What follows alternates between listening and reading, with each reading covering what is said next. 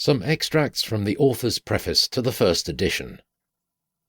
More than 33 years have elapsed since I first entertained doubts as to the truth of the prevailing theory of political economy, and endeavoured to investigate what appeared to me its errors and their fundamental causes. My avocation as professor gave me the motive to undertake that task. The opposition which it was my fate to meet with forcibly impelled me to pursue it further. My German contemporaries will remember to what a low ebb the well-being of Germany had sunk in 1818. I prepared myself by studying works on political economy. I made myself as fully acquainted as others with what had been thought and written on that subject, but I was not satisfied with teaching young men that science in its present form. I desired also to teach them by what economical policy the welfare, the culture, and the power of Germany might be promoted. The popular theory inculcated the principle of freedom of trade. That principle appeared to me to be accordant with common sense, and also to be proved by experience, when I considered the results of the abolition of the internal provincial tariffs in France, and of the union of the three kingdoms under one government in Great Britain. But the wonderfully favourable effects of Napoleon's continental system and the destructive results of its abolition were events too recent for me to overlook.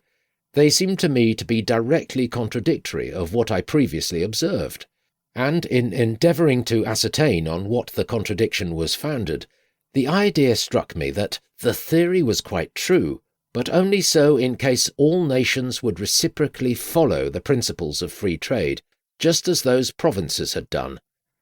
This led me to consider the nature of nationality. I perceived that the popular theory took no account of nations, but simply of the entire human race on the one hand, or of single individuals on the other. I saw clearly that free competition between two nations which are highly civilized can only be mutually beneficial in case both of them are in nearly equal position of industrial development, and that any nation which, owing to misfortunes, is behind others in industry, commerce, and navigation, while she nevertheless possesses the mental and material means for developing those acquisitions, must first of all strengthen her own individual powers in order to fit herself to enter into free competition with more advanced nations. In a word, I perceived the distinction between cosmopolitical and political economy. I felt that Germany must abolish her internal tariffs, and by the adoption of a common uniform commercial policy towards foreigners, strive to attain to the same degree of commercial and industrial development to which other nations have attained by means of their commercial policy.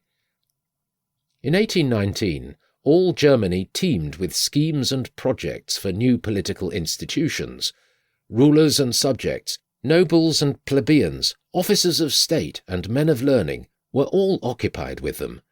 Germany was like an estate which had been ravaged by war, whose former owners, on resuming possession of it, are about to arrange it afresh. Some wanted to restore everything exactly as it had been, down to every petty detail.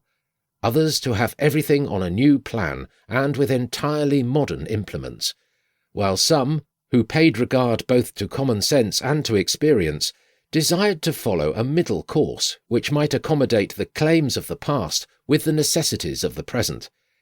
Everywhere were contradiction and conflict of opinion, everywhere leagues and associations for the promotion of patriotic objects. The constitution of the Diet itself was new, framed in a hurry, and regarded by the most enlightened and thoughtful diplomatists as merely an embryo from which a more perfect state of things might be hoped for in the future. One of its articles, the 19th, expressly left the door open for the establishment of a national commercial system.